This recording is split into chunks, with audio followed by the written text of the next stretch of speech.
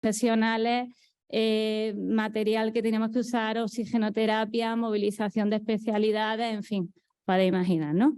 Pero bueno.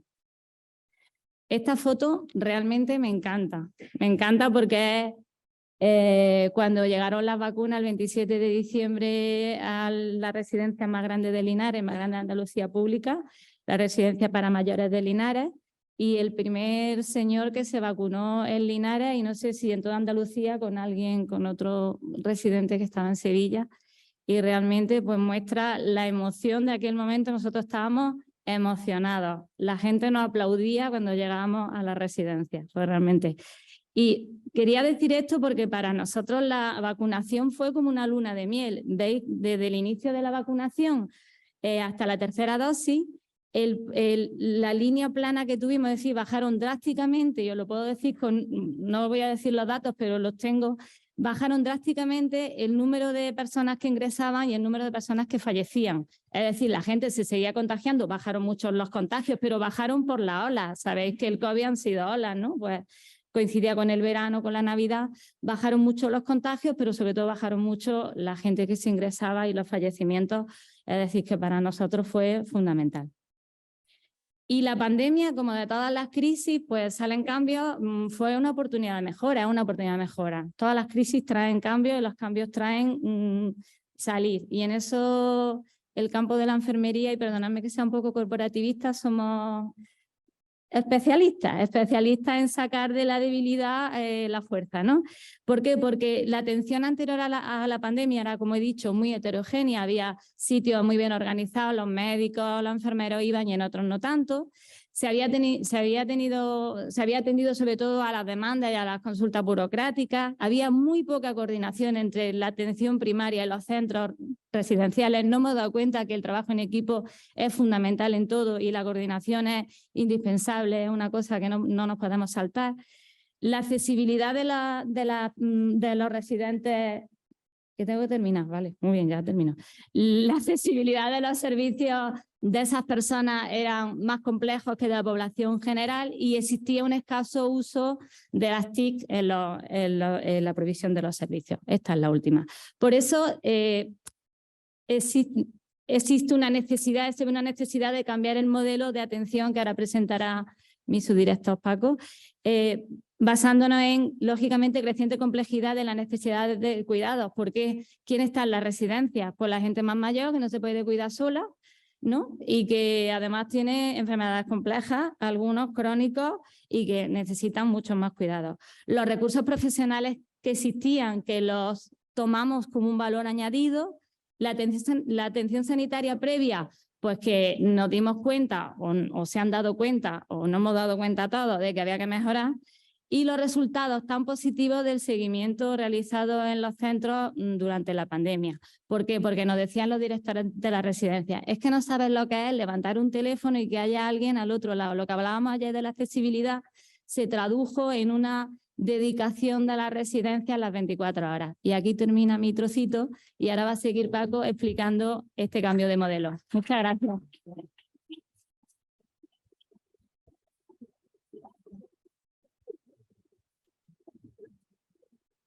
Buenos días. Bueno, me uno a los agradecimientos de Luisa. Cuando planteamos la ponencia, realmente creíamos necesario hacer ese repaso, esa trayectoria a lo que había sido, ¿no?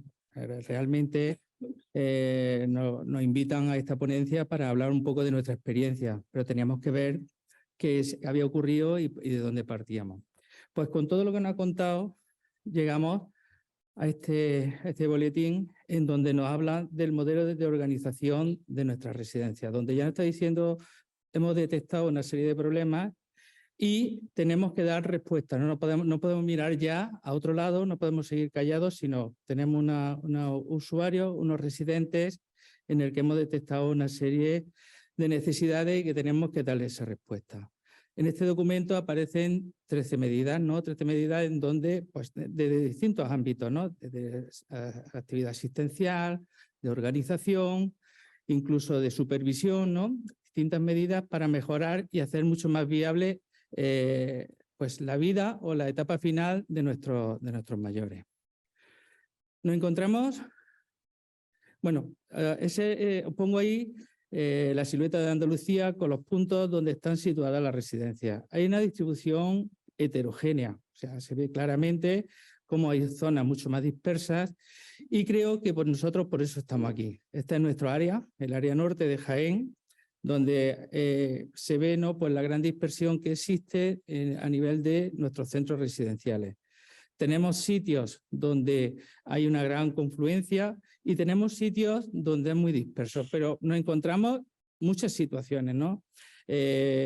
Poblaciones pequeñas donde tienen 90 residentes, el caso de Sorihuela de Guadalimar, ¿no?, en la unidad de gestión clínica de Santisteban, una población que puede tener alrededor de 1.200 habitantes con 90 residentes mayores, ¿no?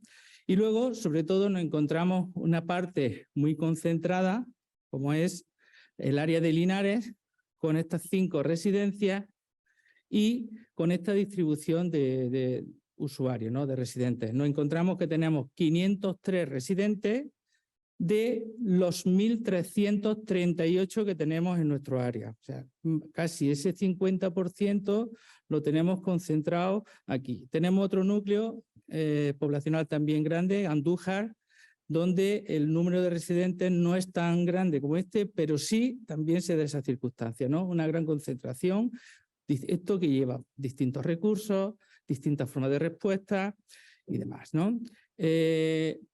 Luisa hacía referencia a la mayor residencia de la Junta, ¿no? Está en Linares, fue donde empezamos el día 27 de diciembre la campaña de vacunación. Aquí veis, ¿no?, la residencia esa cuenta con 228 residentes y una dotación de profesionales de 290. Pueden llegar con servicios administrativos casi a 400.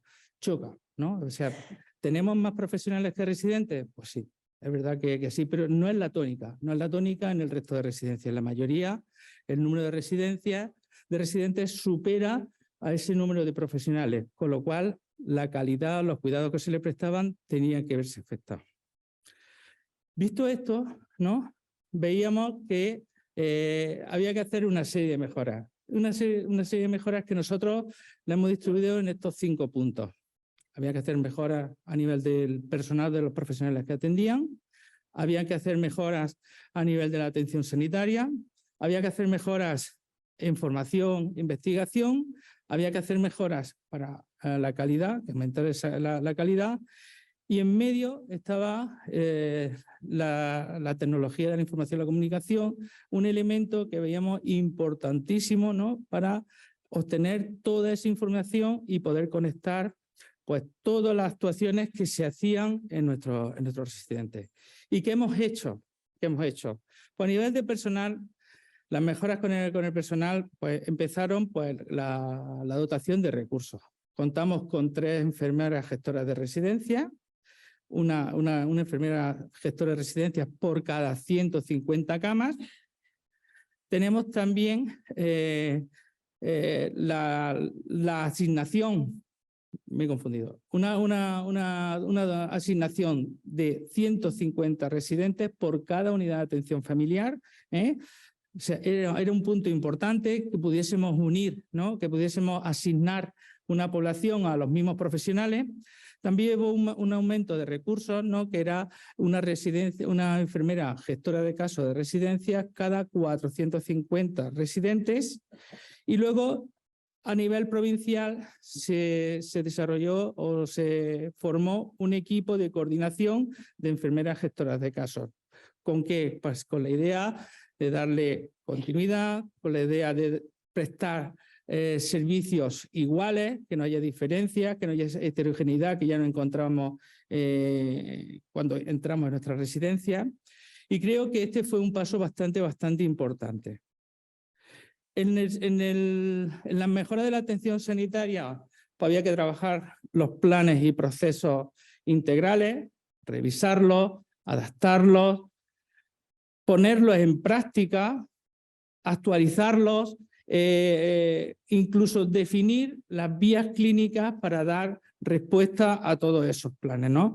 Aquí ponemos los principales: insuficiencia cardíaca, EPOC. Estos son nuestros crónicos complejos priorizados que tenemos que empezamos a trabajar y nos metimos también en nuestra residencia, había que trabajar el proceso ictus, los cuidados paliativos, que lo habíamos dejado un poco aparcados, ¿no?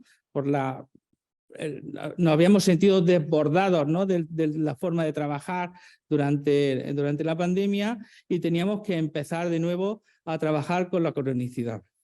La diabetes mellitus, sobre todo en esta población, la diabetes tipo 2. O sea, una serie de procesos que teníamos que adaptar y actualizar. Una de las últimas intervenciones que se ha hecho en diabetes ha sido la implantación de los dispositivos flash, porque se vio la necesidad en estos pacientes tan frágiles, ¿no? Pues ese buen control a la hora de la diabetes mellitus. Teníamos que mantener la coordinación con los equipos provinciales. Se empezaron a hacer una serie de reuniones a nivel provincial. Actualmente se mantienen con una periodicidad quincenal todas las enfermeras gestoras de casos, y aquí la figura de la enfermera referente provincial, la verdad que toma valor, ¿no? Y sobre todo por quién es, ¿no? Nosotros contamos con la profesional Adoración, ¿no? Que es una muy buena profesional, coordina, aglutina, y lo que hace es un poco establecer las medidas o las líneas que se van a seguir a nivel provincial. Y luego, por supuesto, teníamos que trabajar lo que es la continuidad asistencial, la teleconsulta, que tan buenos resultados nos habían dado, entonces teníamos que asentarla y trabajar con ella, revisar los circuitos, teníamos que trabajar en la dirección del acto único, incluso en nuestros planes de alta frecuentación lo tenemos en cuenta, esa atención a la residencia. Contamos también con una enfermera gestora de casos hospitalaria, que antes no contábamos con ella. Ese era el nexo de unión, somos área, y ese era nuestro nexo de unión entre la residencia, en este caso la enfermera gestora de residentes y el hospital. Y luego un servicio crítico con este grupo de usuarios, que es el servicio de medicina interna, ¿no? Agilizar citas, acto único. Y Andrés nos comentaba pues que teníamos que dar un paso más, ¿no? Sí, seguro, ¿no? Tenemos que seguir avanzando. Hablaban en la presentación de la mesa, nos decía pues que tenemos que llegar a la consulta virtual, o sea, con una cámara intentar atender a esos pacientes y no tener que desplazarlos. Seguramente que llegamos, ¿no? Por ahí van un poco las líneas de mejora que proponemos. Mejoras en la formación, pues partíamos pues que había que hacer una formación inicial. 2 minutos, bien. Una formación inicial. Nosotros en nuestra área también contamos con una formación, había que hacer una formación de profesionales sociosanitarios. Inauguramos también nuestra unidad docente y contamos con personal especialista, tanto MIR como EIR. Nosotros hemos incorporado la formación EIR en esta última convocatoria. Y luego potenciar también la investigación. ¿Para qué? Pues porque teníamos que conseguir esa calidad hacia los residentes y sobre todo que los cuidados que impartíamos, la atención que impartíamos era una atención de calidad. Uno, ¿no? Con las mejoras en la calidad, pues mejoras en la prescripción, en la farmacia, evitar duplicidades, revisión de tratamientos. A su vez, esto nos ha supuesto gran ahorro, ¿no? Hemos conseguido pues reducir las prescripciones en nuestros usuarios ajustándolas a sus necesidades. Había que contar con un cuadro de mandos que fuese ágil, que nos diese información instantánea en el momento. Actualmente, a través de InfoWeb, pues los datos se actualizan con cierta frecuencia. Yo consulté los últimos y eran de fecha del 24, con lo cual tenemos una imagen bastante clara, ¿no? Y luego también trabajar en la calidad, en estas 3 vertientes, ¿no? Calidad en los residentes, calidad en los profesionales que atendían y calidad también en los profesionales sociosanitarios. Y hablaban, cuando empezaba de las mejoras, sobre las mejoras en las TIC. Un aspecto importante era la actualización de los censos. A veces no sabíamos con qué usuarios trabajábamos. Había una rotación, unos pertenecían al Servicio Andaluz de Salud, estaban adscritos con su AN, otros no, porque pertenecían a otro sistema de atención. Entonces había que actualizarlo. Ya lo conseguimos con las vacunas, pero se ha mantenido y la verdad que esto nos ha dado mucha información. Los puntos de acceso a Diraya había que optimizarlos, se pusieron, pero no se utilizaba, ¿no? Todavía teníamos nuestros profesionales que iban a la residencia y volvían a la consulta para registrar. O sea, era más lógico acceder allí in situ y trabajar con Diraya en el lugar donde se está atendiendo. Aparece el gestor de informes, se actualiza, se incluye muchas herramientas que nos van a facilitar la atención. Por ejemplo, una de ellas es la VIE, la valoración integral exhaustiva. Y luego, por último, la disponibilidad de equipos portátiles de nuestras enfermeras en gestoras de casos. Ya acabó. El análisis de la situación era este, ¿no? Intentamos por hacer una matriz FODA, ¿no? Donde veamos las fortalezas y oportunidades. Fortalezas, voy un poco rápido porque me quiero ajustar un poco a tiempo, por los profesionales, el conocimiento del entorno y experiencias previas que ya teníamos de las residencias, la figura de la enfermera gestora de residencias con perfil de enfermera de práctica avanzada, calidad, investigación, continuidad.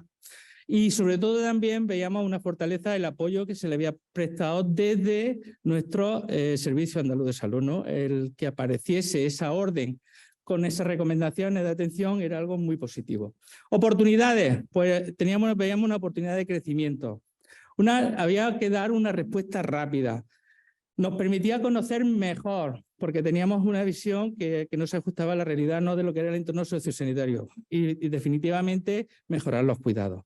También teníamos debilidades y amenazas. Era un entorno muy hermético, a veces no, ellos lo veían como un sistema de control en vez de colaboración. Nosotros queríamos trabajar más en ese elemento colaborativo. Veíamos también como una debilidad la gran rotación de profesionales. Durante la pandemia nuestras residencias se quedaron vacías de profesionales sociosanitarios. Muchas residencias pasaron auténticas penurias en la contratación. Una población también que no se veía por nuestros profesionales como una población asumida en cupo, lo veían aparte. Y luego como amenaza, pues lo que he comentado, el control colaborativo, la dificultad de coordinación con las distintas unidades. Teníamos muchos profesionales que atendían en la misma residencia a los residentes y se daba la paradoja que en la misma habitación que compartía teníamos distintos profesionales que atendían a las personas. Y luego también veíamos como una amenaza que creo que deberíamos casi quitarla de aquí, era la posibilidad de no continuidad del proyecto, que viendo los resultados, pues la verdad que debería de seguir.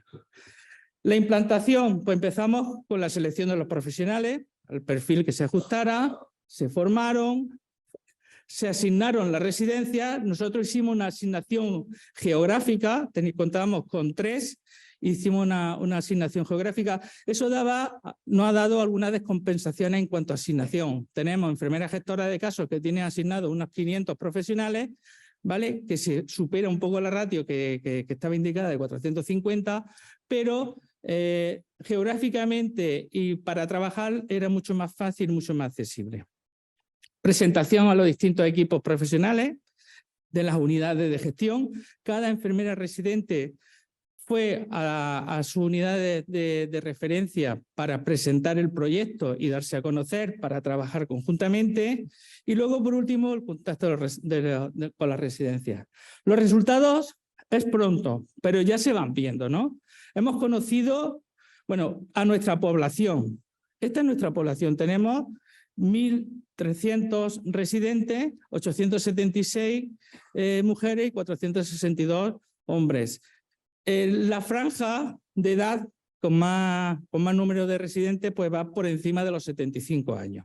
No me entretengo más. Esta diapositiva la verdad es que nos da una imagen muy clara de lo que atendemos. Aquí los resultados tenemos también la cronicidad, ¿no? ¿Con qué patologías nos estamos enfrentando? Con el efecto cóctel que esto supone, ¿no? Hipertensión, diabetes, EPOC, insuficiencia cardíaca, demencia.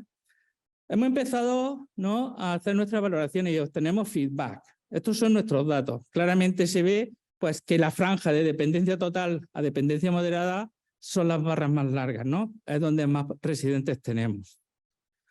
¿Qué nos queda por hacer? Pues nos quedan muchas cosas. Nos quedan muchas cosas, ¿eh? Tenemos que fomentar aquellas acciones que realmente dan valor, que fomentan la calidad de vida. Tenemos que mejorar la continuidad asistencial. Con ello, disminuiremos ese número de ingresos de nuestros residentes.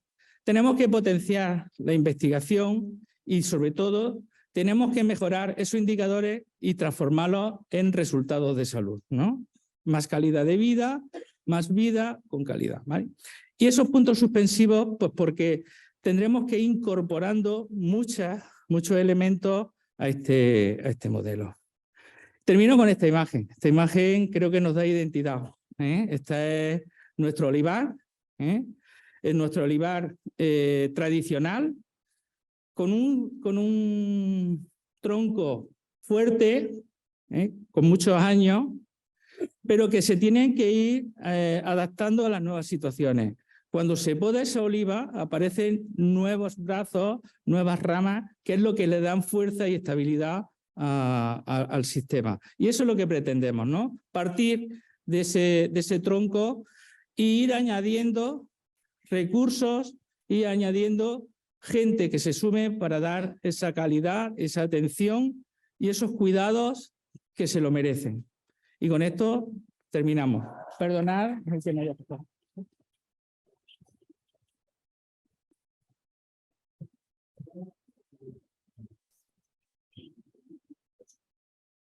Escucha, damos paso seguidamente a la segunda comunicación.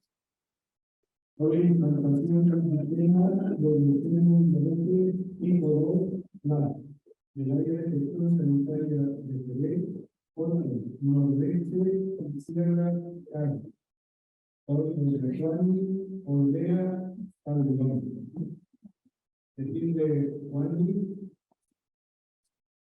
que es diplomada universitaria de enfermería, posgrado de enfermería comunitaria, actualmente doctorado en psicología organizacional, 7 másteres universitarios, expertos universitarios, y muchas más actividades docentes, de investigación y de formación. Pero en su labor ahora mismo, en su trayecto profesional, tenemos que comentar que fue responsable del servicio de atención a la ciudadanía de los distintos sanitarios del Costa Nordeste del Servicio de Salud. Asimismo, fue coordinador de comunidades de la atención clínica de la atención primaria de salud en Colegio de la Frontera, experiencia asistencial en la atención primaria de salud de funciones especializadas, y actualmente es directora de enfermería de la atención sanitaria que es Costa Nordeste y Sierra Ofu, Andrés. Muchas gracias. En primer lugar, pues me encanta estar aquí. Yo quiero agradecer a todo el equipo organizador que me diera la oportunidad de participar en las jornadas. Para mí, la verdad que me hace muchísima ilusión y sobre todo para poder compartir un poquito de nuestra experiencia que bueno, pues como nos encanta compartir para aprender, pues aquí os traigo la nuestra. Primero, me van a permitir que os explique cómo está configurado nuestra área de gestión sanitaria Jerez, Costa Noroeste y Sierra de Cádiz, que es tan grande como el nombre. Os comento un poquito porque nuestra área de gestión está formada por 2 distritos de atención primaria y 3 contextos totalmente diferentes. Por un lado tenemos un contexto que es costero, que es toda la costa noroeste de Jerez. Tenemos un contexto urbano, que es toda la zona básica de Jerez, y luego tiene un contexto puramente rural, que es un poquito a lo que nos vamos a dedicar el día de hoy. Da una cobertura a unos 458.000 habitantes aproximadamente. Como les digo, tienen 2 distritos de atención primaria. Está constituido en 9 zonas básicas, de las cuales 5 corresponden a la Sierra de Cádiz, con 20 unidades de gestión, 20 centros de salud, 40 consultorios, pero además tenemos la particularidad que nuestro hospital de referencia está en Jerez y tenemos 2 hospitales concertados, uno ubicado en la Sierra, que es el Villamatín, el Hospital Virgen de las Montañas, y el Hospital Virgen del Camino en la costa noroeste. Tenemos otro añadido, que tenemos varias zonas básicas que también dependen de otros hospitales hermanos. Por ejemplo, la zona básica de Olvera, de la Sierra y de Ubrique tiene como referencia a nuestro hospital de la Serranía de Ronda. Y aparte, Rota, que es la parte de la costa, tiene como referencia el hospital de Puerto Real. O sea que somos un área súper rica, muy variable y bueno, también nos nutre y hace que dentro de todos los contextos que tenemos diferentes haya mucha unión también. Entonces, si yo me centro en la Sierra de Cádiz, de las 5 zonas básicas, como os he comentado, 3 de ellas sería la correspondiente a la zona de básica de Arcos, de la frontera, que da cobertura a unos 35.375 habitantes y tiene un centro de salud con 5 consultorios que están ubicados en las diferentes localidades. Son consultorios y localidades que tienen mucha variabilidad en su población. Hay poblaciones más pequeñitas y poblaciones que tienen más habitantes. Luego tenemos la zona básica de Ubrique, que da cobertura a 19.252 habitantes. Tenemos el centro de salud cabecera ubicado en Ubrique y 3 consultorios ubicados en Benaocá, Grazalema, Villalonga, Rosario Bonito. Y luego tenemos la zona básica de Villamartín, que es una zona muy grande, es una de las zonas básicas más grandes que tenemos en la sierra, da cobertura a unos 35.529 habitantes, tiene un centro de salud y tiene 6 consultorios ubicados en los diferentes pueblos que no me voy a parar por no extenderme mucho, que ahí ven. Serían 3 de las 5 zonas básicas.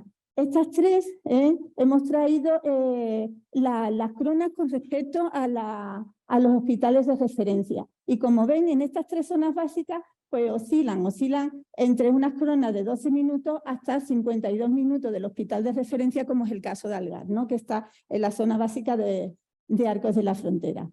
Nos quedan 2 zonas básicas, la zona básica de Olvera y la zona básica de Alcalá del Valle, que están más pegaditas aquí a la Serranía de Ronda. De hecho, tienen como hospital de referencia el hospital de la Serranía de Ronda. Y son la zona básica de Olvera, que tiene un centro de salud, 5 consultorios, con pueblecitos muy pequeños, concretamente La Muela, que creo que no llega a 200 habitantes, y la zona básica de Alcalá del Valle, que tiene un centro de salud y un consultorio.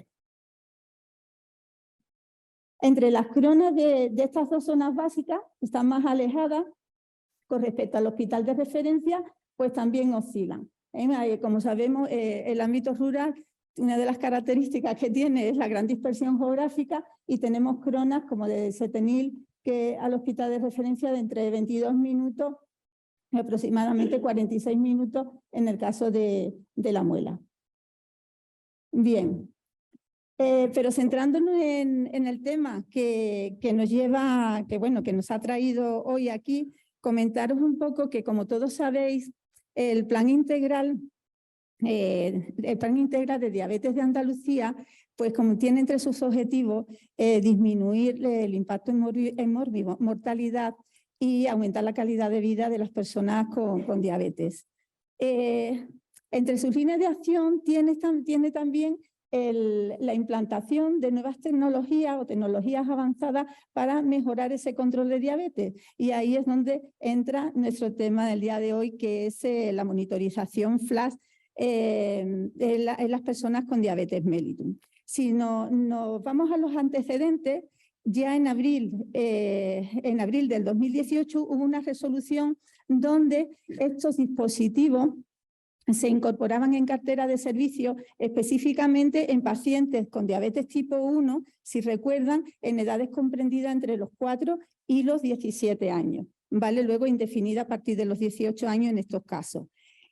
Avanzamos un poquito más en este tema y en la resolución de febrero del 2020 vemos cómo hay una ampliación en cartera de servicio en estos sistemas de monitorización y se avanza un poquito más aumentando la cobertura en mujeres embarazadas con pacientes de tipo 1, en diabetes mellitus tipo 1, en mujeres embarazadas en planificación de gestación, en las personas o pacientes con discapacidad visual y limitaciones funcionales graves, en los casos de hipoglucemia de repetición y ya luego en el resto de la población. O sea, ya la resolución del 27 de febrero del 2020 ya contemplaba la implantación de estos sistemas de monitorización flash en estos diferentes escenarios.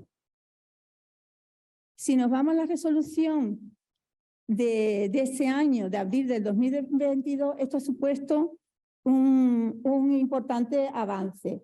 La resolución, en este caso, hace que el sistema de monitorización flash se amplíe a pacientes con diabetes mellitus tipo 2, con múltiples dosis de insulina y con necesidad de realizar 6 o más autocontroles de glucemia capilar al día. La instrucción es importante, contempla 5 escenarios clínicos. El primer escenario clínico es a los pacientes institucionalizados en situación de dependencia con discapacidad funcional o cognitiva, como saben. Contempla un segundo escenario clínico donde, que es el referido a las mujeres gestantes con diabetes tipo 2 o en programación de embarazo. Y un tercer escenario que sería los pacientes que tienen antecedentes de hipoglucemia grave. El cuarto escenario sería ampliar esta implantación de sistema de monitorización a pacientes con hipoglucemia frecuentes no grave, y el quinto sería el resto de la población. Es decir, la resolución establece 5 escenarios clínicos y lo prioriza. Lo prioriza, lo fasea, de tal manera que este año, como todos saben, el primero, segundo y tercer escenario son los que se están implantando. Y está previsto a partir del 2023 pues, el escenario 4 y en el escenario 5. ¿Vale? Creo que entre el 2023 y el 2024 para terminar con toda la implantación. Vale, cada escenario clínico, la resolución contempla que tiene una serie de responsables. El primer escenario, para los pacientes institucionalizados en situación de dependencia con discapacidad funcional, la responsabilidad recae en el ámbito de atención primaria. Y la instrucción lo hace a través de la enfermería gestora de casos. Las enfermeras gestoras de casos y en este caso la enfermera también gestoras de casos de residencia. En la Sierra de Cádiz, y digo solo en la Sierra de Cádiz, no en el área, contamos con 4 enfermeras gestoras de casos gestoras de casos y 2 enfermeras gestoras de casos de residencia. Las voy a nombrar porque están haciendo una labor maravillosa, como sabéis, y yo creo que es por justicia hacerlo. Tenemos a María José Calero, a Macarena Sánchez, a Virginia y a Paqui, y las 2 enfermeras de gestoras de casos de residencia son María Ángeles Fernández Morena, la conocemos por More, o si nos está escuchando, y a Tere Castaño. Vale. Contamos con 10 centros sociosanitarios que están distribuidos de la manera que aquí veis. 2 en Arcos de la Frontera, 2 en la zona básica de Villamartín, en los pueblos que hay pueden ver, 1 en Ubrique, 2 en Alcalá del Valle y 3 en Olvera.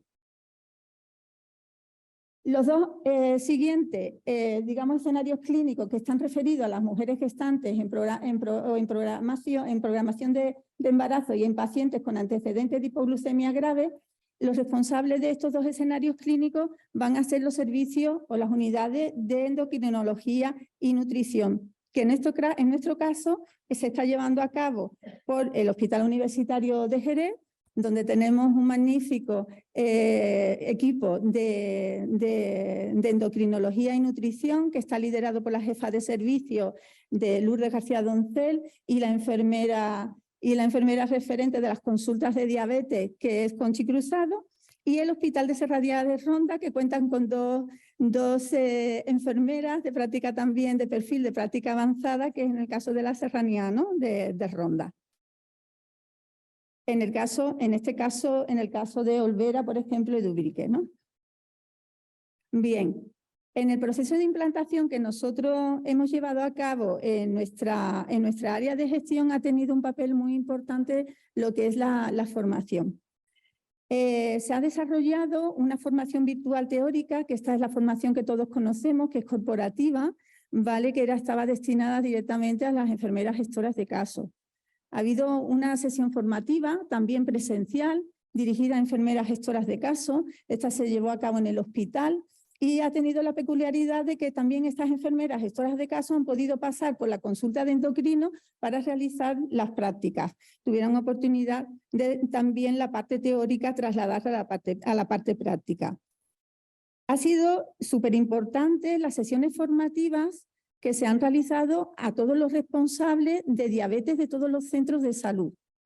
Y sobre todo ha tenido un importante impacto que nosotros creemos que ha sido uno de los puntos que han marcado el éxito, entre otros, de la implantación de los sistemas de monitorización, que ha sido las sesiones formativas que han sido impartidas por la unidad de endocrinología en todos y cada uno de los centros de salud.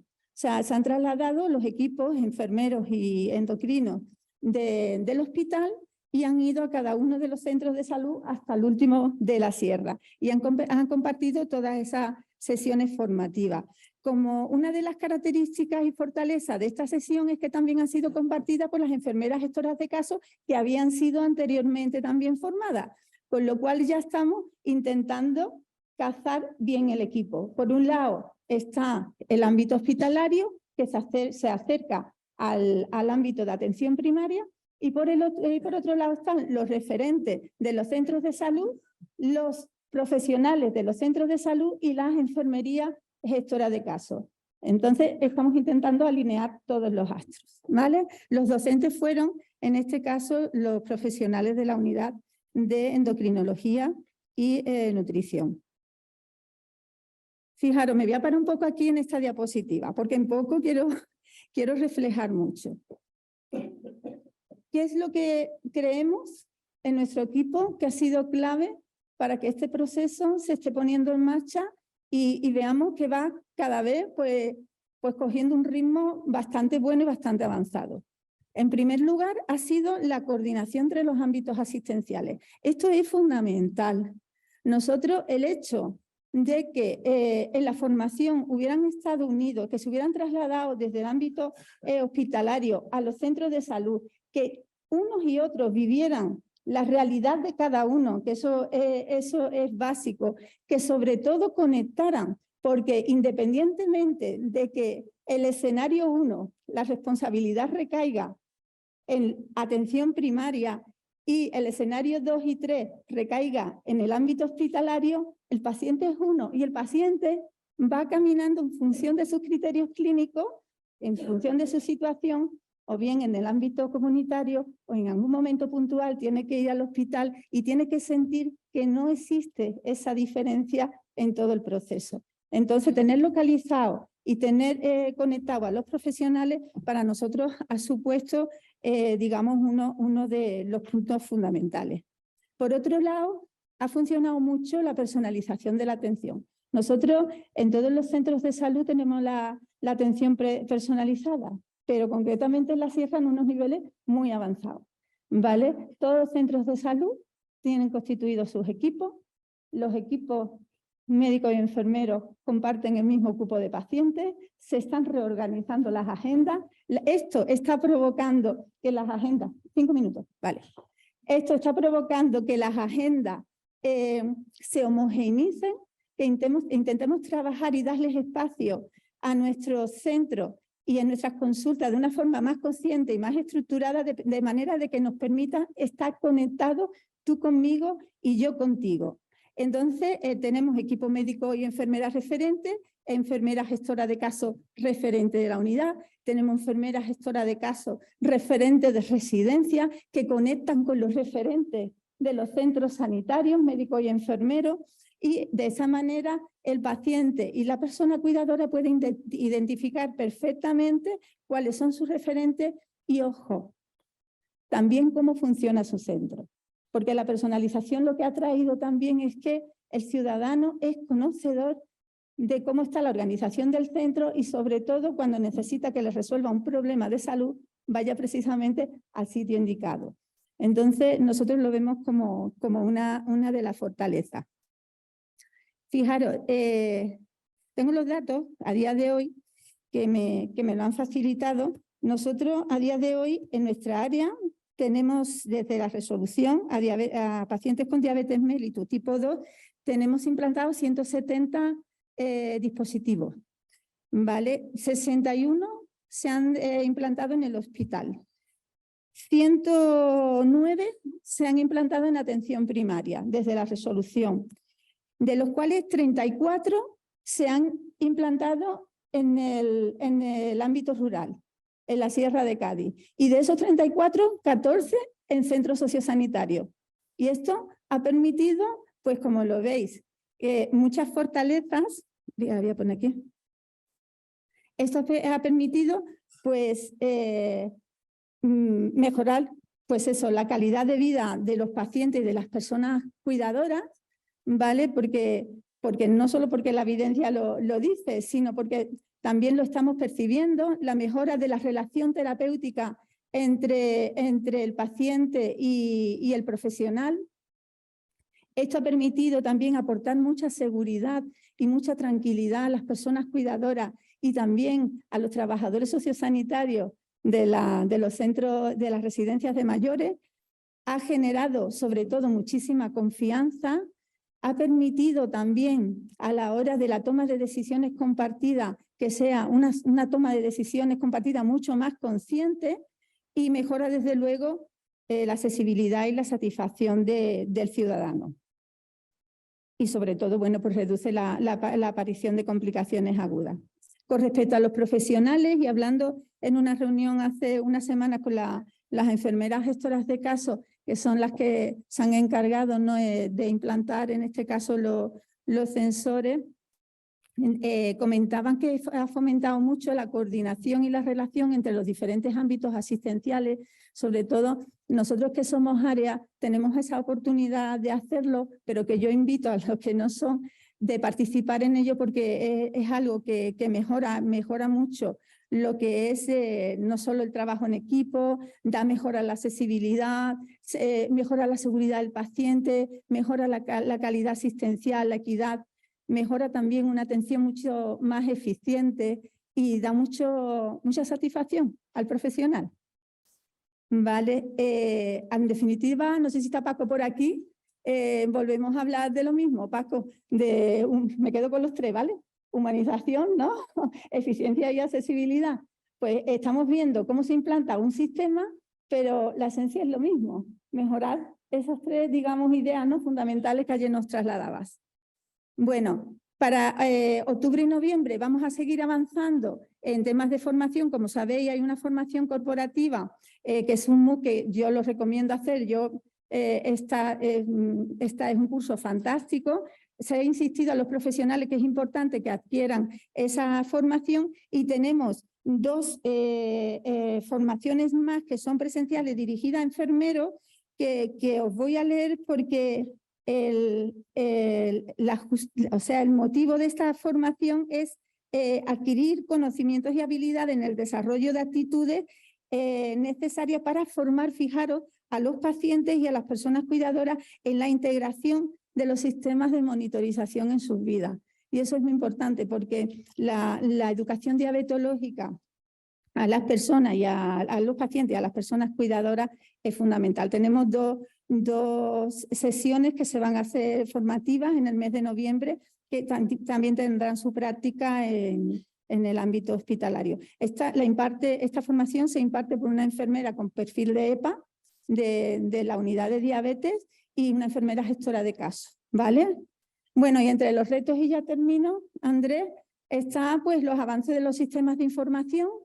Estamos esperando esa integración, ¿no?, en la historia del paciente. Hay que seguir, por supuesto, avanzando en la formación de los profesionales y consolidar cada una de las etapas que vienen según la priorización. Fijaros, hay mucha dispersión en la sierra, mucha, pero la dispersión se compensa por todo lo contrario, por la cercanía. Y ayer lo comentaban en una de las ponencias.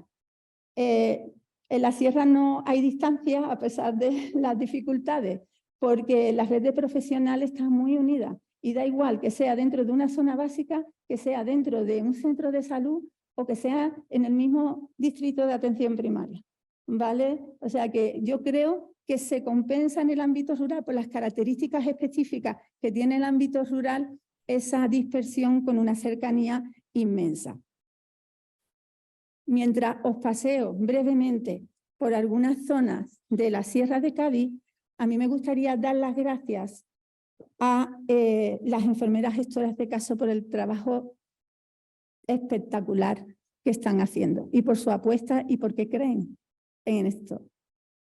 Yo también quiero dar las gracias al servicio de endocrino del hospital porque nos sentimos todos uno. Estamos como D'Artagnan y los tres mosqueteros, uno para todos y todo para uno. También dar las gracias a todos los profesionales sanitarios porque están apostando por eso, porque cuando vas a los centros de salud y se lo creen, se preocupan. Y cuando se preocupan, buscan las soluciones a sus preguntas. Aunque tengamos que seguir trabajando, yo creo que vamos por buen camino. Bueno, dar las gracias a dos personas, ¿vale? Dar las gracias a José Enrique y a Jesús, ¿vale? Ellos son los dos subdirectores que son los referentes de la Sierra de Cádiz. Es una maravilla, porque como profesionales son el subdirector asistencial, el subdirector médico y subdirector de enfermería.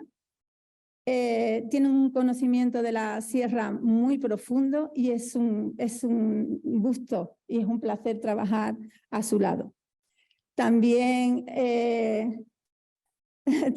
quiero dar las gracias y de una manera especial pues, al equipo directivo y sobre todo y por todas las cosas al gerente de nuestra área por toda la confianza que siempre nos muestra y está al lado de nosotros siempre.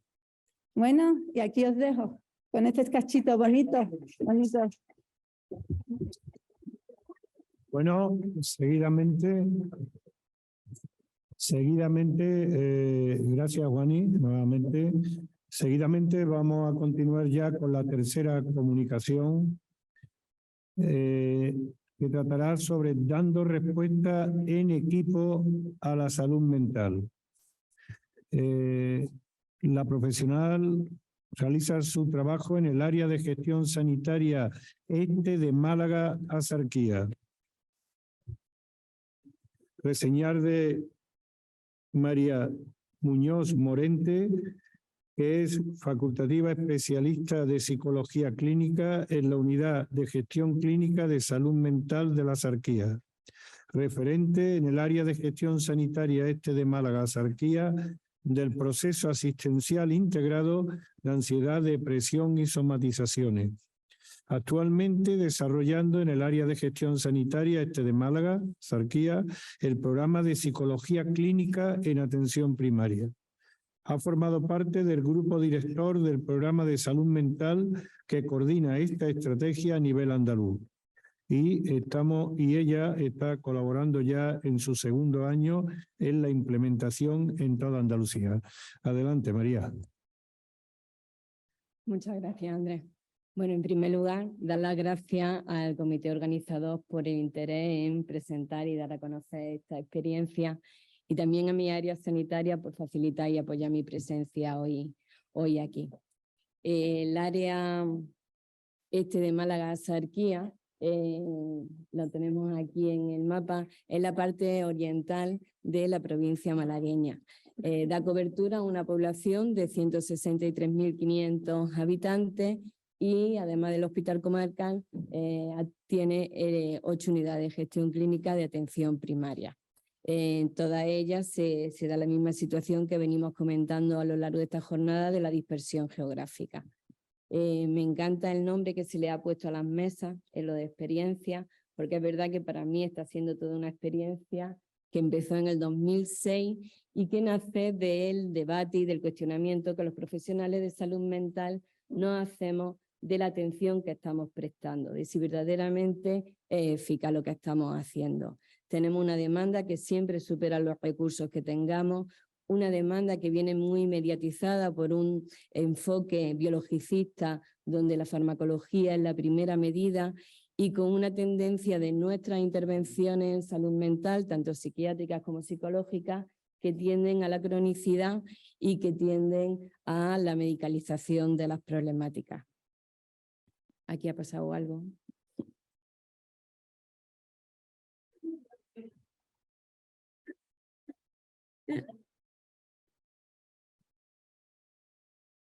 Sí, espero que termine, ¿no? Nos planteamos que hay que hacer cambios. La primera pregunta que nos hacemos es cómo trabaja atención primaria con las personas antes de que lleguen a las unidades de salud mental. Nos encontramos que el del 100% de las problemáticas que atiende atención primaria, el 35% o más, según los estudios, se refieren exclusivamente a problemáticas psicosociales. De estas, solo el 15% se diagnostican y de este 15% solo el 7% se trata. De manera que de toda la problemática de salud mental, solo el 10% se deriva a los servicios de salud mental. Luego, de nuevo, atención primaria es, como decía Paco ayer, el corazón en la atención. Es quien verdaderamente está atendiendo la salud mental de la población. Así, visto esto en principio, podríamos pensar que este primer nivel asistencial es tremendamente resolutivo a la hora de dar respuesta a estas problemáticas. Pero bueno, también hay que pensar a qué precio.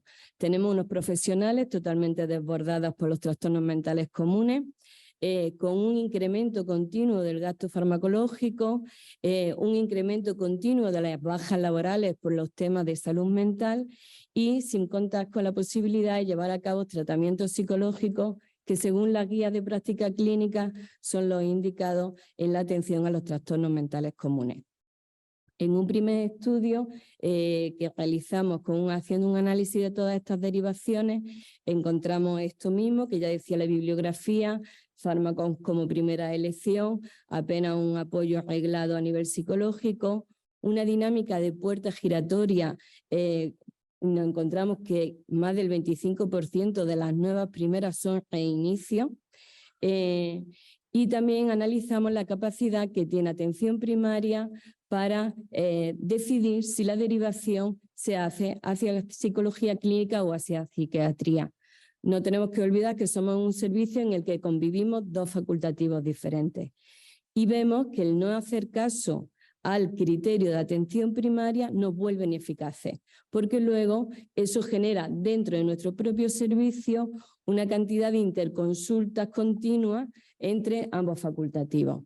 Por lo tanto, en este momento tomamos la primera decisión de cambio organizativo, y es que es atención primaria, en medicina de familia y es pediatría quien decide, por su mayor conocimiento de la persona y de su problema, hacia dónde va dirigida esa derivación. Hay una segunda pregunta que nos planteamos y que tiene que ver con el hecho de si poner la primera consulta de psicología clínica en los centros de salud, en atención primaria, podría ayudarnos a reducir esta cronificación y esta medicalización que veníamos viendo en los estudios. Atendemos a la mitad de la población en salud mental y a la otra mitad en los centros de salud, y vemos que por un lado lo que es el nivel de satisfacción, tanto para unos como para otros, es muy elevada ante la idea de ser o de poder ser atendidos en sus centros de salud y no tener que trasladarse hasta la unidad de salud mental comunitaria. Y además vemos que en el más de casi el 55% de los casos esa demanda, esa problemática se resuelve en una primera consulta, en un acto único. Y que en el 85% la intervención ayuda a la persona en la solución de su problema. Con estas conclusiones, pues vemos que todo este problema del que venimos hablando aquí y que caracteriza la atención rural, la dispersión geográfica, supondría una comodidad el poder hacer este desplazamiento a los centros de salud, además de poder reducir el tema de la cronicidad y de la medicalización. Después de estos estudios, llevamos a cabo el segundo cambio organizativo en el área sanitaria. Y es que en todas las zonas básicas, la primera consulta se realiza en los centros de salud. No solamente se hace una labor asistencial, se empiezan a abrir espacios de coordinación, espacios de ecoterapia, de formación, de reciclaje, de investigación. Estamos en un continuo hacer estudios de forma compartida con los compañeros de atención primaria, que a lo largo de estos años hemos ido intentando siempre presentar en los congresos de atención primaria, de medicina de familia. En todo este movimiento también contamos con el apoyo incondicional de Dirección Médica, que dirige y forma un grupo de trabajo con todas las direcciones, tanto de atención primaria como de salud mental. Y de forma paralela se establece otro grupo de trabajo porque se nombra en cada una de las zonas básicas un referente de salud mental. Y a través de estos dos grupos tenemos la capacidad de poder llevar luego a la práctica todas aquellas cosas que se van definiendo y se van acordando. Este momento de nuestra área sanitaria coincide también con un momento a nivel andaluz que tiene que ver cuando la Dirección General de Cuidados Sociosanitarios comienza con la estrategia de mejora de atención sociosanitaria en salud mental, siendo una de las problemáticas que se estudian ansiedad, depresión y somatizaciones. No tenemos que olvidar que estas problemáticas representan más del 80% de los problemas de salud mental y son las problemáticas que saturan en mayor medida atención primaria. En este grupo de trabajo hay perfiles profesionales, están todos representados, tanto de salud mental como de atención primaria, servicios centrales y también asociaciones. Se trabaja sobre un listado de problemas, a los más importantes se les busca soluciones y finalmente se llega a una resolución que es la propuesta de incorporar la psicología clínica en el primer nivel asistencial de atención primaria. Comienza como un estudio piloto en el 2021 con la contratación de 26 plazas, que son las 26 unidades de gestión clínica de salud mental que existen, y con un compromiso que en el 2022 ya se ha cumplido de nuevas contrataciones y se espera que se mantenga para el 2023. De forma paralela se constituye un grupo director a nivel andaluz que se va a encargar de definir cuál es el programa, de implantarlo y de hacer una evaluación continua de este programa. Recientemente se ha decidido que se incorporen a este grupo directo profesionales de atención primaria, que fue algo que en un primer momento no tuvimos en cuenta, pero que a lo largo de este año hemos ido viendo totalmente necesario. Con esta decisión que se toma a nivel andaluz, volvemos a nuestro área sanitaria para poner en marcha el programa. Lo primero, elegir en qué centro. Hay una variable importante que creo que es generalizada, que es las dificultades que tenemos con el espacio físico de nuestros centros de salud. Finalmente, se ubica en el Centro de Salud de Vélez Sur, que viene a ser uno de los centros grandes de nuestra área sanitaria. 4 cupos de pediatría, 14 de familia, enfermería, gestión de casos, trabajo social, matrona, dentista y fisio. Hay toda una primera fase de preparación con lo que tiene que ver de despacho, agenda, activar todos los canales de comunicación que ya existen en atención primaria, tema casillero, grupos de WhatsApp, correo electrónico, para que pueda existir una comunicación fluida con el resto de compañeros. Se me presenta como una compañera más de atención primaria y en una de las primeras sesiones clínicas en las que participo presento el programa y llegamos a una serie de acuerdos. El primer acuerdo que alcanzamos es que no se van a hacer derivaciones formales, se van a hacer propuestas de tratamiento. Esto en ningún momento quiere decir que ninguna propuesta sea no pertinente o que haya propuestas que sean devueltas, para nada. Todas las propuestas son admitidas y todas las propuestas son válidas. Lo que pasa es que unas terminarán en primeras consultas y a otras se llevarán al espacio de colaboración y se le dará otras respuestas. Hay un objetivo por parte de todo el equipo de tener la mínima demora posible. Es un objetivo que interesa a todo el mundo. Si a mí una compañera me deriva a una persona y yo tardo en atender a esa persona, todo ese tiempo va a seguir pidiendo cita con su médica de familia, va a seguir pidiéndole una solución, va a mantenerse a sintomatología y muy probablemente se inicie tratamiento farmacológico y en caso de que esté trabajando se produzca una baja laboral. Por lo tanto, a todos nos interesa que no exista demora y para ello tenemos que priorizar. No podemos atenderlo todo, tenemos que priorizar qué casos se van a derivar a este programa. También se acuerda que las derivaciones se hacen sin iniciar tratamiento farmacológico.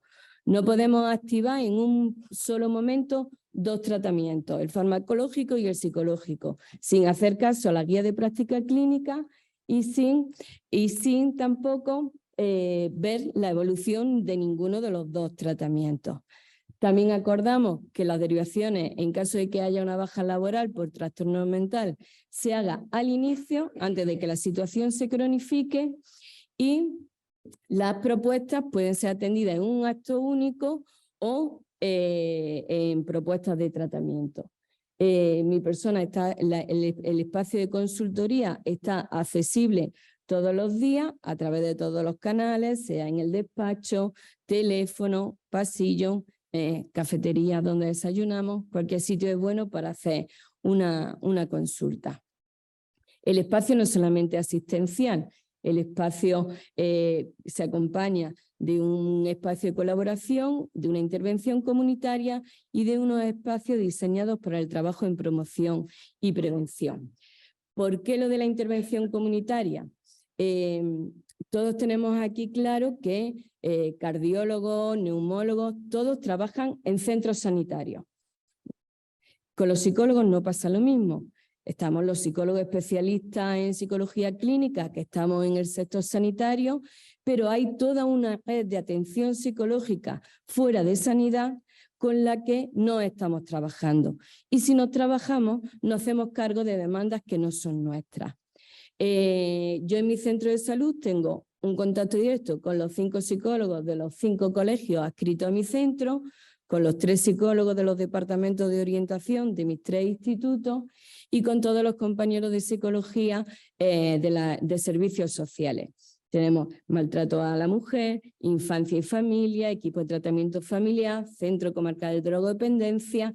Toda esa atención está ahí y tenemos que coordinarnos con todo y repartir, según nuestras competencias profesionales, qué dispositivo es el adecuado para cada problemática.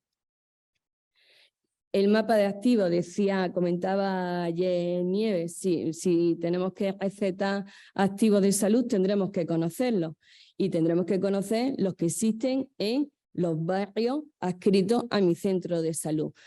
Los activos de salud comunitarios. Quiero incidir bastante en esto que comentaba ella. Comunitarios. Siempre tenemos en la cabeza los sanitarios, pero tenemos que dar ese salto a lo comunitario. En cuanto a los resultados, hemos hecho un corte en este primer año del programa, de junio del 21 a mayo del 22. Se han hecho 404 propuestas, de ellas 77% ha terminado en primeras consultas y el resto se ha dado solución en el espacio de coordinación. Los no acude han bajado al 15%. Sabéis que tenemos un problema enorme con el no acude a la primera consulta, que ronda en torno al 30% en cualquier especialidad. Conseguimos reducir en un 50% con esta accesibilidad y la reducción de la demora. La mayoría de la población que atendemos son mujeres y menores de edad en un 20%, pero en general población joven, y esto nos tiene que hacer pensar para diseñar futuras intervenciones. El equipo está cumpliendo, está derivando sin tratamiento farmacológico y cuando vienen con tratamiento farmacológico suele ser una pauta puntual ansiolítica hasta el momento de la evaluación. La demora se sitúa en 16 días. La dinámica que tenemos es que lo que se propone en una semana se intenta ver a la siguiente y no nos salimos de esas 2 semanas que tenemos ahí de margen. La duración completa del tratamiento, 23 días desde la primera consulta al alta.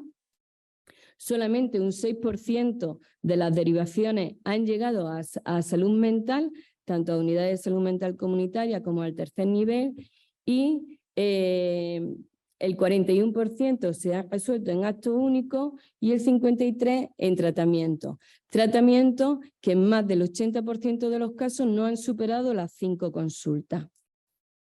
Al alta siempre van con el correo corporativo por si existiera la necesidad de establecer algún contacto. Esto facilita muchísimo el alta, el que no se vayan sin nada, se van sabiendo que pueden contactar. No ha habido el contacto que hemos tenido no ha llegado al 1%. Tenemos que pensar que veníamos de una tasa de reincidencia del 26%. El programa se acompaña de una valoración, tanto por parte de los compañeros de atención temprana, era una puntuación del 0 al 5, están muy satisfechos con el programa, con la reducción de la demora, con la atención que reciben. También este mes empezamos con la valoración a la población, al alta se le va a pedir que haga una valoración.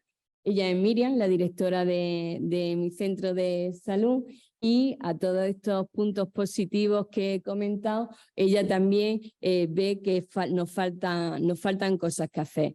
Una de las cosas principales que nos faltan es el formato grupal. Con la pandemia, este programa venía con una apuesta importante por lo grupal, que con el tema pandemia pues no hemos podido terminar de ponerlo en marcha. No solamente los grupos propiamente de psicología clínica, que por supuesto tienen que ser grupos protocolizados, cerrados, con una duración máxima y basados en la evidencia, sino también otros grupos transversales en salud. Teníamos dolor crónico, teníamos educación postparto para las depresiones, el tema del cuidado a las cuidadoras, todas estas actividades hay que volver a ponerlas en marcha.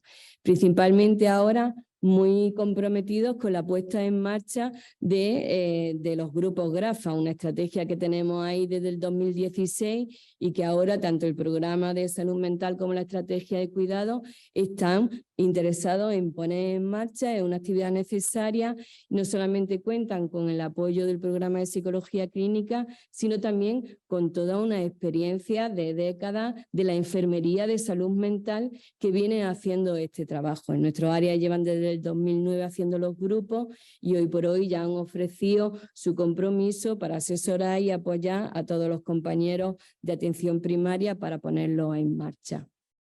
La teleconsulta es una tarea de este año e integrar también el programa en los sistemas de información.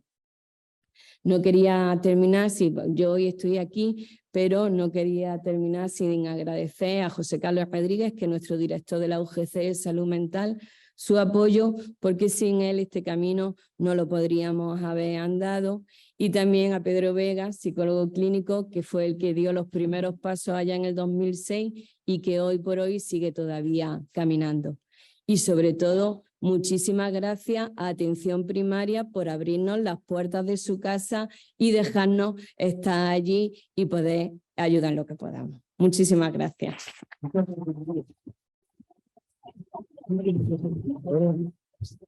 Muchas gracias, María. Bueno,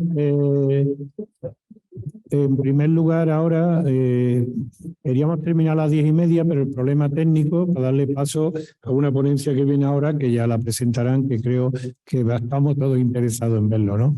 Por la importancia que va a tener en poder medir todo y saber si conseguimos más salud. Agradecerle a los ponentes que se hayan limitado a lo que habíamos acordado. No hay preguntas de los compañeros que están asistiendo telemáticamente.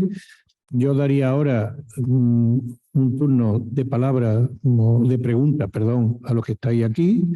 Sí es importante que si estáis interesados en alguna de las ponencias que han expuesto, os llevéis sus teléfonos y sus correos. Yo creo que merece la pena compartir a su vez con la experiencia de cada uno de ustedes.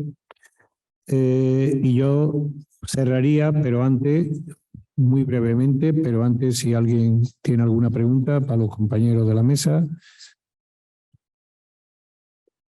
No, pues por mi parte solo decir que empecé diciendo el lema, ¿no? Más salud, más innovación y cerca de ti.